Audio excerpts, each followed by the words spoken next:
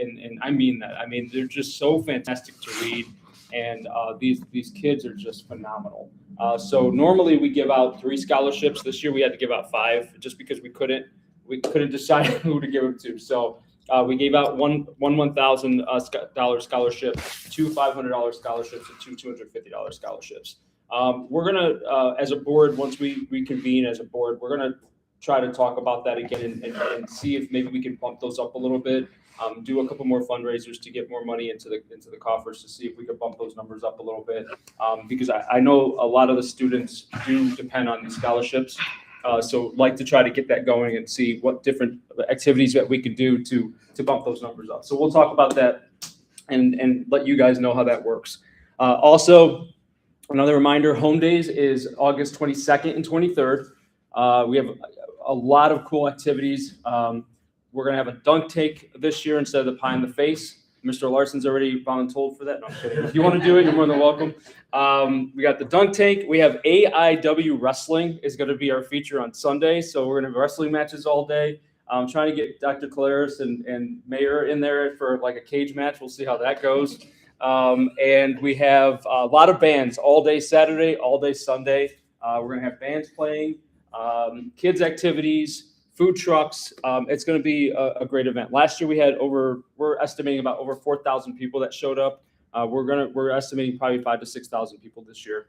So we need sponsorships. We need volunteers. The volunteers are very, very important for us. We really do need some volunteers. So if your company or organization can give out hours for volunteers, that'd be fantastic. But we also need sponsorships to get that going as well. Other than that, we have our next meeting the 3rd Tuesday in June. We'll let you guys know who the speaker is for that. And then at this moment, I would like to bring up our guest speaker.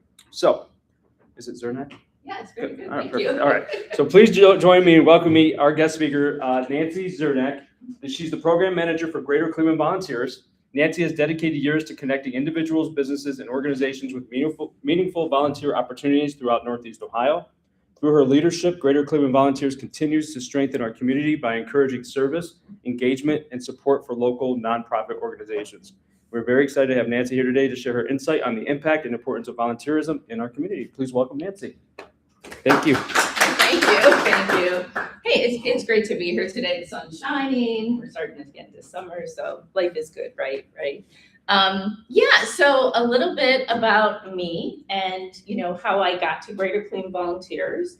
I have been, my career was really in sales and marketing. And then my youngest of 4 children went to college and decided that I needed an encore career and got into the nonprofit world. And so I've been doing this for the last 8 years. A little fun fact, who was around when the Fulton Road Bridge was imploded? Anybody remember that? Okay, so everybody remember how the first time it didn't go down because the explosions were actually exploding themselves. So how I know this, my husband was the project manager on that project. So the day came when they needed to knock it down, and it needed to come down because it was already compromised. My 8-year-old son pushed the button to bring it down. So fun fact is my son brought that bridge down. So. But yeah, so that's a little bit about me. So let's get on with the fun stuff. So again, thank you for having me. I really appreciate it. And we're going to get into some volunteerism. So Greater Cleveland Volunteers, I have a question for you. How many have ever heard of Greater Cleveland Volunteers? Good, thank you. Okay. When I first started into the nonprofit, I had never heard of them, and I had lived my whole life in Cuyahoga County. So it's a little well-kept secret. We started in 1972. We started as what is today an AmeriCorps senior program, which we do still manage today, but we have expanded past that. Our role is to connect people 18 and over with volunteer opportunities at nonprofit organizations throughout Cuyahoga County. So with that, what that looks like is we partner with nonprofit agencies and we find out what they need volunteers for to achieve their mission. And then the other half of it is we get out into the community and we encourage, we inform, we engage people to let them know what's available to do. So we kind of do the work for you. So like we're basically what is known as a volunteer center. And there's very few left in this country, actually. So Cleveland is very fortunate and able to have that. And our role is really just to bring you together to connect you. So we actually have organizations in all of these categories. So we have in the area of hunger, homelessness and housing, community support, education, youth empowerment, older adult services, healthcare services, arts and culture, environment, and outdoor recreation. So now we're going to get into what is volunteerism and what it really is about. And it's really about freely giving your time and talent for charitable, educational, other worthwhile activities, especially in one communities. So in one sense, I'm singing to the choir right now. You know, you're part of the chamber, you're working to make your community better, and you are all volunteering to be here. So you are already volunteering. So we're going to talk a little bit about the difference between formal volunteering and informal volunteering. So formal volunteering is when you actually volunteer for a nonprofit with a mission. You know, just like the chamber has a mission. Habitat for Humanity has a mission. American Red Cross has a mission. So it's an organization and it has a mission. With that, you need to also make a commitment and sign up. You need to say that, yes, I will be there, you know, once a month, once a week, or if you're just doing it done in a day, but you just don't show up to the organization and say, I'm here, you know. Now, informal volunteering, and some people will say this is just being a good neighbor or being a good person, but it's random acts of kindness. It's helping as an individual and not through an organization. Neighbors helping each other. It could be just being in the right place at the right time, you know, helping someone load their groceries into their car if you notice that it's, you know, really heavy for them. So volunteerism facts. So in the United States, we have a long history of volunteerism. It goes back to 1736 at the first volunteer firehouse. 5 out of Americans help a neighbor. So 5 out of 10, so 50% of our society does informal volunteering. You know, they will put their needs aside and do something, you know, to help someone on an informal basis. 28% of Americans volunteer with organizations. That has actually slipped and is continuing to slip. We're seeing that even during the pandemic, which was really nice to see, informal volunteering stayed consistent. It was at 50%, it stayed 50%, which is wonderful. We saw formal volunteering just continually slides a little bit. And it's kind of what you see too. You see less people getting involved in organizations, everything from the bowling league to chambers to, you know, we're not seeing that commitment to community as much as we saw in the past. We're hoping that'll change. We hope it'll cycle through. So in Ohio, we have 2.2 million volunteers, 24% of our population, and that's just under 165 million hours of service a year. Okay, so why volunteer? Okay, so now it's like, because volunteer is important, it's important to you because it offers essential help to worthwhile causes, people in need, and the wider community. With that, it also makes our community more equitable and just. So volunteers are vital to nonprofits. Nonprofits could not survive without volunteers. If they had the ability to hire staff, and they would, they don't, you know, and things come up. Most nonprofits are running on a very, very tight budget and can't really do all the things they need to do. Volunteers will help them expand their mission, will help them achieve things that they couldn't do if they didn't have those extra, you know, hands helping them. So here's the good thing. Why should you volunteer? And what it really boils down to, it's good for you. I mean, it really is. And there's some good reasons why. So first of all, it connects you with others. The second thing is it's good for your mind and body. The next is it advances your value, and it brings fun and fulfillment to your life. So we can break these down a little bit. So when we talk about it connecting you with others, first of all, you make new friends because you're working on something together. You have a common interest. So you make new friends. It gives you a sense of belonging. You are working on this common goal with someone or in some group. And so it does give you that sense of belonging and being a part of it. They're doing the mulch out there. I don't know if anybody got a whiff of it when they came in today. So I'm glad there's a wall right here right now. The next thing, it widens your social network. And I think as society, so many of us, we live in bubbles. We live in bubbles and we're not expanding our worlds. We're not seeing other people. We're not seeing other cultures. So sometimes volunteering, not only you wind your social network because you're working with people in a nonprofit, which you might not have ever worked with before. You're working with clients. You're working with other volunteers who might be from anywhere, but you're all working on the same goal and you're working to achieve this mission. So it really does connect you to others. So it's good for the mind. Volunteering has been proven to help with mental health. So whether it's depression, anxiety, it really does help because you're working in this capacity of helping others, and that's always better for your mental health. It helps build self-confidence and self-esteem because you're out there, you're doing something good.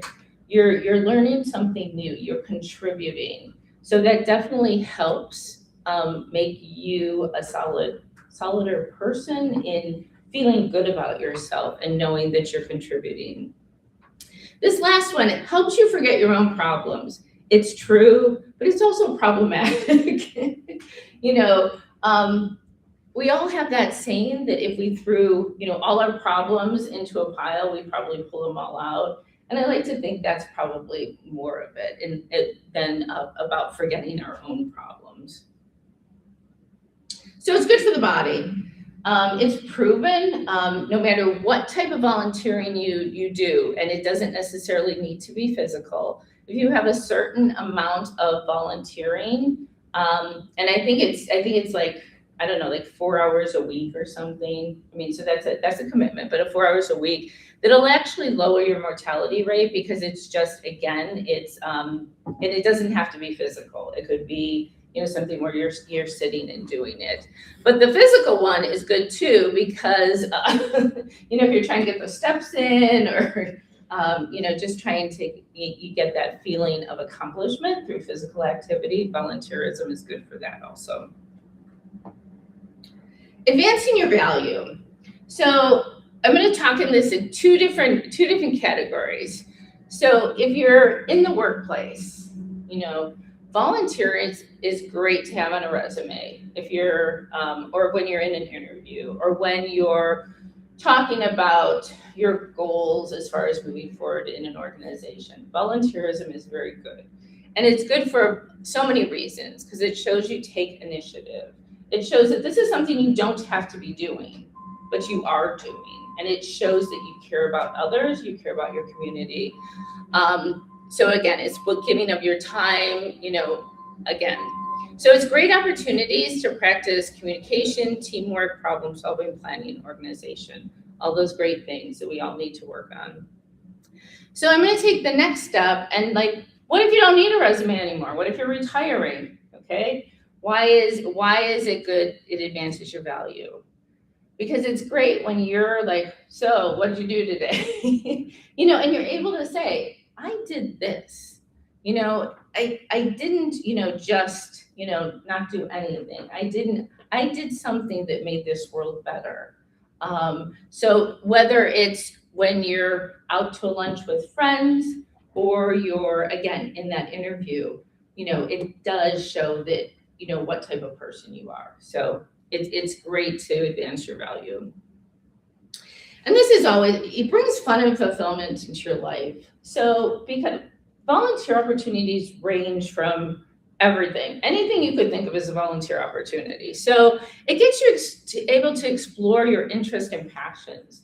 So maybe your career is in one avenue, but you really like other things, or you wanted to do other things, but this was more profitable, and so you're able to, to get into other things and just explore other areas. Escape from your day-to-day routine. It gets you someplace else. It gets you doing something else, learning something else, doing something else. Renew creativity, motivation, and vision. And lastly, again, it gives you purpose. That nonprofit needs you, and your skills are very valuable to them. So now I'm going to talk a little bit about the different types of volunteering. So we talked about the formal and informal. From now on, all the ones we're going to be talking about are formal volunteer opportunities, okay? But there's different types of formal volunteer opportunities. And the first one is what we call event volunteer opportunities. And these are basically what you do is you sign up, you show up, and you serve, okay? That would be for your home days. That's what those volunteers. There's really not a lot of training involved. You really just want to show up. You're going to tell them how they're going to help out that day, and then they go home at the end of the day. So it's an easy ask. It's an easy way to start volunteering.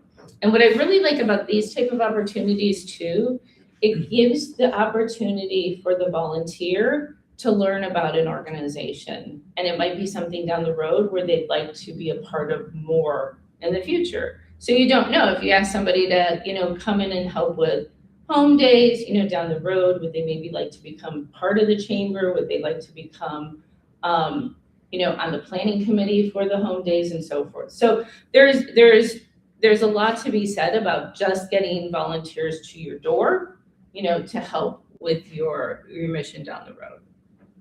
So done-in-a-day opportunities usually fall into a couple of these categories. One is like a distribution. So it's usually distributing like food, fresh produce, diapers, school supplies, something where it's very easy. People are coming in, things are getting distributed to people, and they're on their way out. The other is collect and sort, before distributions. A lot of things also are fundraising events. So a lot of nonprofits need to have a fundraiser in order to have money. Again, so with those fundraisers, it could be help to set up for those events. It could be registration and greet guests, refreshments. A lot of places do races also, the 5Ks. So they need people with registration, with finish line, with that kind of stuff. Sales assistant, beer tents, if they're having a festival and they need people to help serve that beer. The other thing is community cleanups, especially in the spring and the fall, landscaping beds, weeding, picking up debris, and that type of thing. So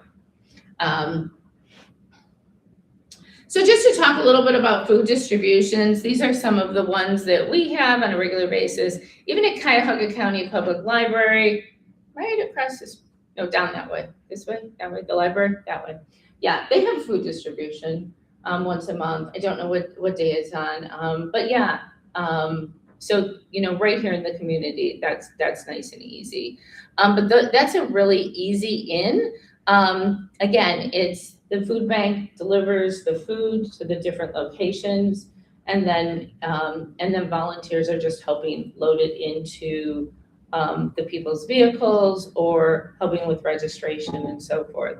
But those are always, easy 2-hour volunteer opportunities. So just a couple event opportunities coming up.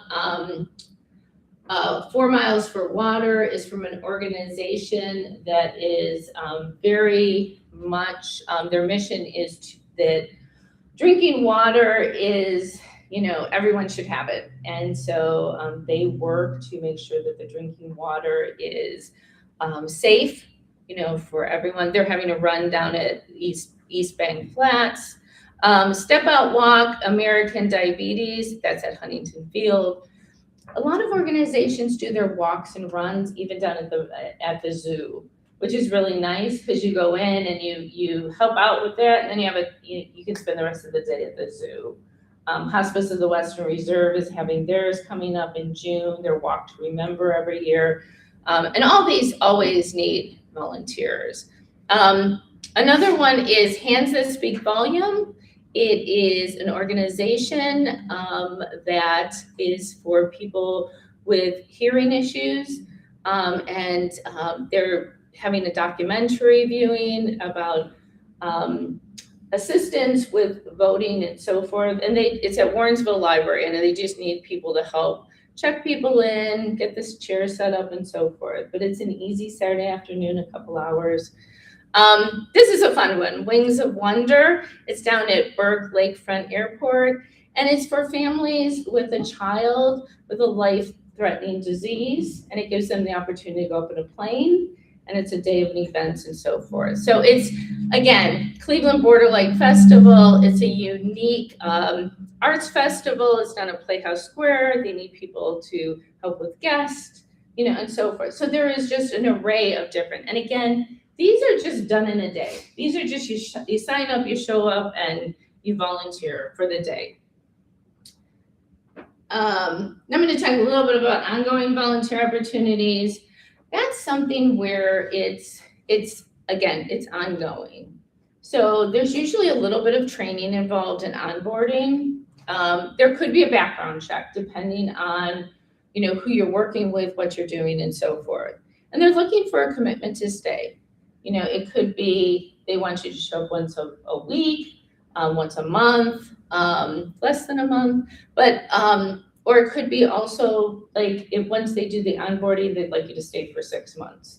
So it all kind of depends on, every organization is a little bit different. But again, it's you're more involved and you're doing a bigger commitment. So there's more of a commitment that they would like you to stay a little bit longer. So a couple of things that really, so the American Red Cross, like for example, they're always looking for blood donor ambassadors, and there's blood drives everywhere. So no matter, where you're at, there's always blood drives. And with that, they just need people to help with the check-in process, give out the snacks at the end, and so forth. And what's nice about that is you can go in and once you go through the orientation, you can just go in and select like which one you'd like to do that month. I think they're just asking for you to do one a month, but that's a really nice opportunity. Another opportunity is deliver meals to homebound people. That's all your Meals on Wheels programs. That is probably one of the what's the right word for it? It's challenging because it's in the middle of the day, but with people having more flexibility in their time, we're seeing that it is something that people are doing more often. And depending on the Meals on Wheels program, some will let you like once a month, just offer your services once a month. But that's a great way. It's very impactful. Sometimes you delivering that meal to someone, you're the only person they see that day. So it's very impactful. It does help people stay in their homes, which is wonderful. But also it's a vital need. So other things like reception desk down at Great Lakes Science Center, their information, they're always looking for someone to be down there for that. All kinds of different things. Or the front desk of nonprofits, resale store assistant, theater volunteers, Redcoats. Down at Playhouse Square, they're always looking for volunteers, but also some of the smaller theaters. Broadview Heights Spotlight Theater, the local theaters, near West Theater. So a lot of the smaller ones also need that assistance with ushering, concessions, and so forth. Animal shelter volunteering, tutoring and mentor, which always is a biggie. Also, you can do some things remotely.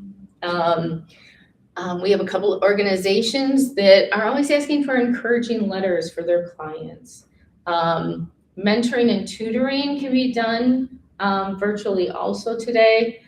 coaching careers to job seeker, disaster response teams, support groups, nutrition mentor friendly visitor. We also have a program which is called Chat Pals, and it was started during the pandemic. We were in the process of starting it before, and the pandemic pushed it forward. It matches a 55 and older individual with a volunteer, and we try to match them by common interest and so forth. It's not a wellness call. It's really a chat. It's just a friendly little chat. Just trying to connect two people for a virtual friendship. Again, it's been extremely successful. The commitment is like a 10-minute conversation a week. You get to pick the time, and it's a really great program. So we do have that too. So if you want to become part of Greater Cleveland Volunteers, I suggest you visit our website. Even if you don't want to become part of Greater Cleveland, I still suggest you visit our website, Greater Cleveland Volunteers. On there, we have every volunteer opportunity that we have been asked by the nonprofits to recruit for. So you get a good look at, what is available. We have them divided by those different categories that we talked about: hunger, homelessness, and housing. And with that too, like when you see a category, it will tell you like what they're like, where it's located at, what city it's located at. What type of opportunity is this? Is it weekday, weekend, evenings? So it does give you a little bit of information, going into that. It's a really easy process. You can, once you're enrolled with us, you can actually go on and self-select opportunities, and it'll automatically connect you with that agency. If you're not really sure what you want to do or what, we have a volunteer engagement coordinator that would love to talk to you and move forward with that.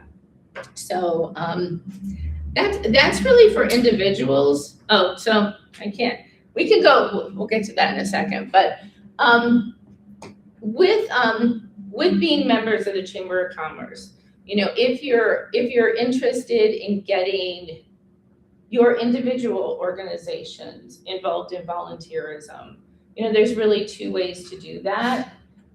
One is do a group volunteer opportunity. You can contact us. We have all of our agencies that say like they will accept groups. I have a list of those. I can refer you to those. Another suggestion is also many organizations have gone to have gone the route, instead of doing it as a group, give individuals a day. So if they're full-time, give them 8 hours within the year that they can volunteer someplace. It's a great way to get them involved, get them in the community in different ways. And I actually find like so many of the groups, like they come to me, they want to do it for a team building exercise rather than really like a volunteer activity. And many times the organizations don't have the capacity to bring in a group that's that large. I mean, you think about it, most of them are kind of small.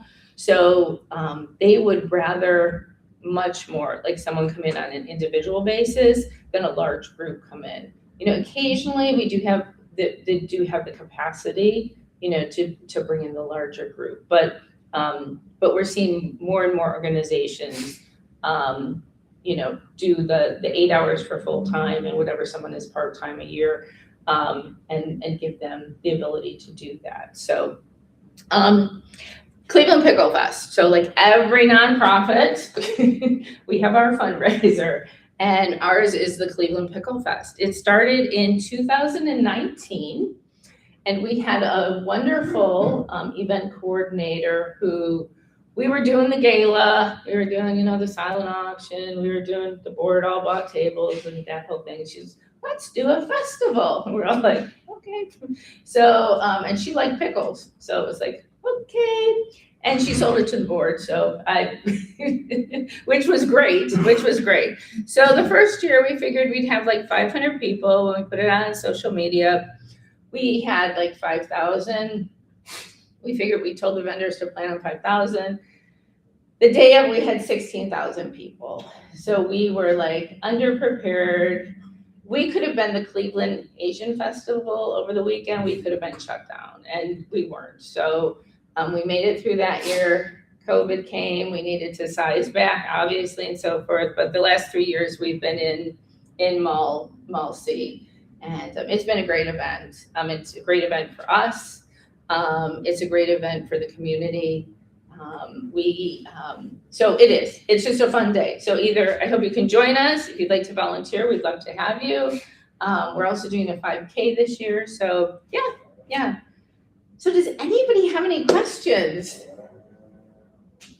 Does your organization offer consultations to companies that maybe volunteering is not part of their culture, and you guys could help them make it part of their culture? Yeah, we do all the time. Yeah, it's something that we see more and more companies incorporating as part of who they are. That they want to be seen as a organization that definitely gives back to their community and gives back in a meaningful way, and not just kind of, a little bit here, a little bit there, but totally within a strategic plan. Yeah. So you talk a lot about like 18 and older adults. Do you ever partner like with school districts? Like more schools are doing volunteer hours in order to graduate. Mhm. I think it's great to have it on any type of Mhm. college application or job application to say that you're volunteering. Again, it speaks volumes. Mhm. Like, so do you have anything that you would partner with, like our Brooklyn school system? Mhm. Yeah. So we do not enroll volunteers under 18. Okay. And we've looked at that many times, and it's just, it just doesn't work. But what we do is, just like with our main mission is volunteers 18 and over, individual volunteers. But like I said, we know from our organizations that we partner with who accepts a group, who accepts families, who accepts teens, and then also who would accept community, court-appointed community service hours. And now the new one is SNAP. So we have that also.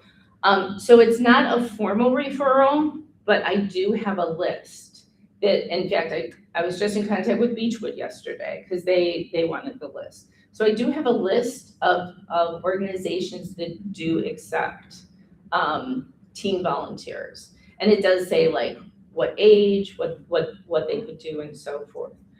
So it's an informal referral, Okay. but yes, we definitely can help with that. Yeah.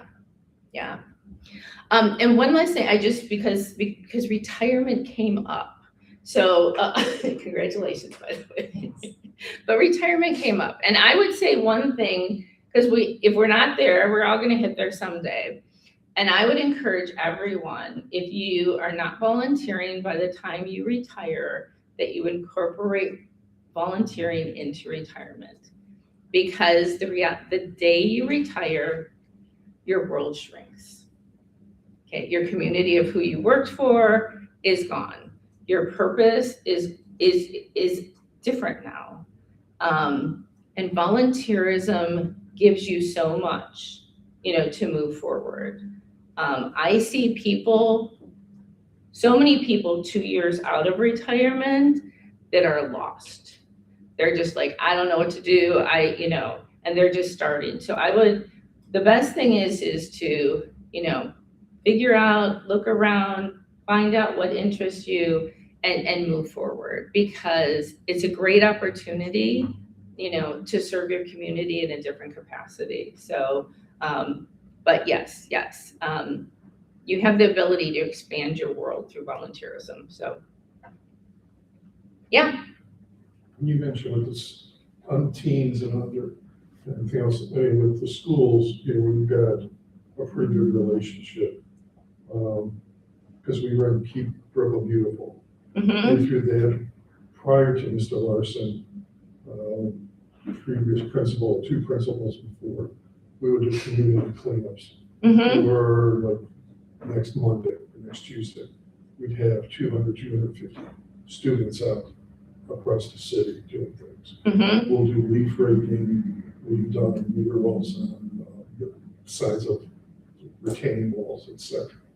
So it can work.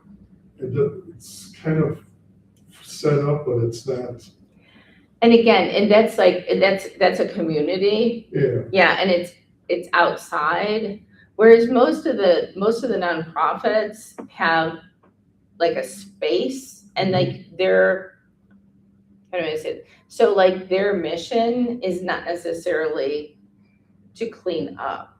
You know what I mean? Like their mission is something else, and so they might not have the capacity to bring in a large amount. So like a good number is usually like 12. Like most places can accommodate 12 if their mission allows for it. You know, and again, like some of them, they just don't, you know, like they just don't have the capacity to accommodate that many people, and they don't have something for them to do, you know. And that's the one thing too, like you don't want to waste people's times. Like the worst thing is to send people to a volunteer opportunity and they're not utilized, because guess what? That's going to leave a bad taste in their mouth. None of us want to waste our time, you know. So yeah, like communities, and if that's great, like the community and the school that works together is huge. I mean, that's just huge when that happens.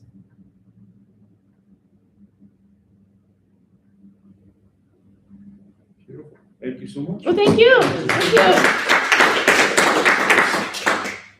All right, if you have any questions, please, we'll send out some information on the organization, but please reach out to Nancy.